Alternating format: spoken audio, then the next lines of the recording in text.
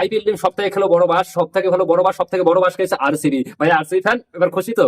তারপরে চলে এসে দিল্লি ক্যাপিটালস এবং গুজরাট টাইটান্স সব থেকে বড় বাস খেয়েছে। তো চলো যাক কি কারণে বাসটা খেলো আমরা একবার দেখে নেই। মুম্বাই ইন্ডিয়ান্সও বাস বাস খেয়েছে।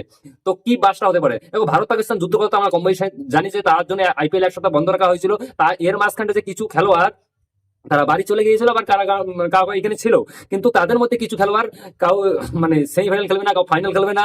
তো ভাই এইটা নিয়ে পড়ে আছে এখন। দেখো আমি সবার আগে তো চলে এসে আরসিবির কথা। আরসিবি জস হেজেলউড, আরসিবি যে ভাই সব থেকে উইকেট টিকার বেশি, আর এই সিরিজের মনে হয় 18টা কি 19টা উইকেট নিয়েছে জস হেজেলউড। সেও কিন্তু আসতেছে না, সেও কিন্তু ইন্ডিয়া আসতেছে না।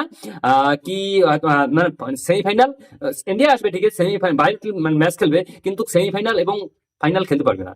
তার কারণ আরসিবি তো সেমিফাইনালে যাবে কনফার্ম, সেইখানে খেলতে পারবে না। সে যাবে ডাব্লিউটিসি ফাইনাল খেলতে। আরো আরসিবি রমেশ এবার আরো দুই তিনজন খেলোয়াড় আছে, তাদের নামগুলো আমার এখনো মানে ঠিকঠাক জানকারি হয়নি, তো জানকারি হলে বলে দেবো।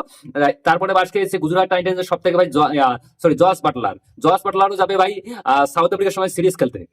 ভাবো মানে ইংল্যান্ডের কিছু ভালো ভালো খেলোয়াড় আউট হয়ে যাবে ভাই। এবার গুজরাট টাইটান্স যদি আমি দেখি তো মিডল অর্ডার সব থেকে একটা শক্তিশালী ব্যাটসম্যান হচ্ছে জস বাটলার। আর এই জস বাটলার গেলে গুজরাটের কি হবে সেটা তো আমরা কম বেশি জানি।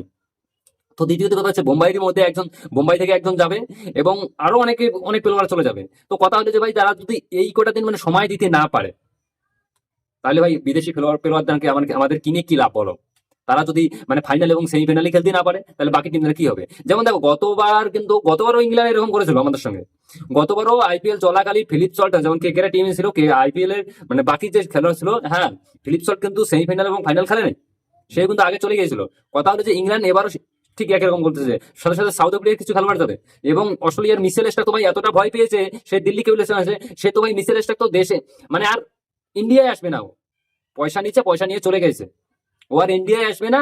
ইন্ডিয়া আসবে না বলতে এইবার আর কি, এইবার যে আইপিএল এর সিজনটা আছে এখানে ও আসবে না। সে আরো বলেছে আর সিকিউরিটি এসে হ্যান ত্যান ইস্যু, ভাই সে তো খেলতেই আসবে না। অস্ট্রেলিয়া তো কিছুই ভাবা যায়। এখন কি বলবেন বলেন তো আপনারা? সত্যি সব থেকে বড় চুনা লাগলো যদি এই মানে কিছু, সব থেকে বেশি বড় চুনা লাগছে আরসিবি, দ্বিতীয় নম্বর চুনা লেগেছে গুজরাট টাইটান্স, তৃতীয় নম্বর বোম্বাই। ভাই এদেরকে মানে চুনা লেগেছে। এখন এই চারটা টিমে কম বেশি সেমিফাইনাল খেলতে চলেছে, সেটা কনফার্ম। আরসিবি খেলাবে, গুজরাট টাইটান্স খেলাবে, আরসিবি তো confirm, Gujarat Titans confirm, Punjab খেলাবে, ঠিক আছে। এই হচ্ছে কথা।